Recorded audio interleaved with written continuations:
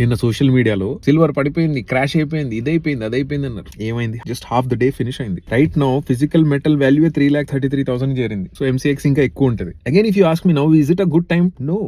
Decision is yours. Be a man enough to take a decision.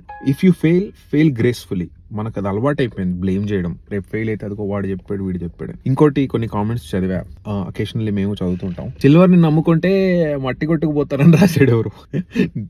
The problem is, ఆ వీడియోకి I think 3-4 lakh views ఉన్నాయి, but that comment has hundreds of likes. See, if you don't want to do it, don't do it. But don't stop others from doing it. కొనడం పక్కన పెడితే అసలు నిజంగా ఏదైనా scope ఉందా ఇందులో అనే అండర్స్టాండింగ్ ఒక చిన్న థాట్ పడిన వాళ్ళకి కూడా మీలాంటి వాళ్ళు ఆపేస్తున్నారు. Which is not right. You don't want do it, don't do it. Fundamentals of silver have changed. Silver ఇంకా సేఫ్ హెవెన్ మెటల్లోకి రాదు. సేఫ్ హెవెన్ అంటే డీడాలరైజేషన్, ఇన్ఫ్లేషన్ పెరిగిపోవడము, గ్లోబల్లో ఫైనాన్షియల్ డిఫికల్టీస్ రావడము, ఇలాంటివన్నీ జరిగినప్పుడు గోల్డ్ అండ్ సిల్వర్ రన్ తీసుకుంటే historically that was how the scenario worked. కానీ ఇప్పుడు ఏమైందంటే దీనికి డిమాండ్ పెరిగిపోయింది. సో ఆ డిమాండ్ మీట్ అయ్యేకి సప్లై లేదు.